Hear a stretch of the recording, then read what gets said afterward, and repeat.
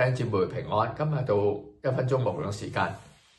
其實英國裏邊咧，莎士比亞可以講話咧係好出名嘅一個大文豪。佢筆下裏邊有好多嘅作品啦，包括有 Hamlet 啦、哈姆雷特啦、李爾王啦、Macbeth 啦，同埋一個奧賽羅嘅。咁對後世咧好大嘅影響。但係最普及嘅咧，應該係羅密歐與朱麗葉呢個愛情嘅故事。呢個愛情故事能夠深入民心咧，喺歷年裏邊咧拍過好多劇集同埋好多嘅電影。好似咧我哋知道啦，其實咧佢喺1968年第一套嘅電影之後咧，跟住喺呢個嘅96年咧又拍過啦，2013年拍過啦，甚至喺2024年咧都再拍過呢個嘅羅密歐與朱麗葉。可以講話歷久不衰，因為我哋知道啦，愛情故事幾時都係吸引人，因為我哋每個人都年青過，亦係可以講話對浪漫一種嘅嚮往。其實羅密歐與朱麗葉一個故事就係講兩個家族佢哋彼此為仇嘅，但係佢哋偏偏就相愛在一起。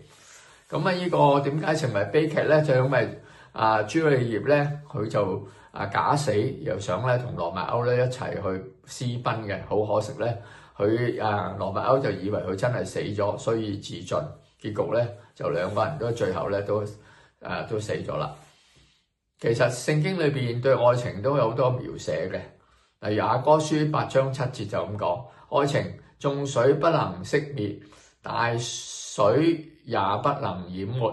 若有人拿家中所有嘅財寶嚟換取愛情，都全被藐視。人間嘅愛係有窮盡嘅，唯有主嘅愛先係永恆。虛構故事令到我哋都非常之感動，但永恆嘅愛更加彰顯主嘅愛嘅無限。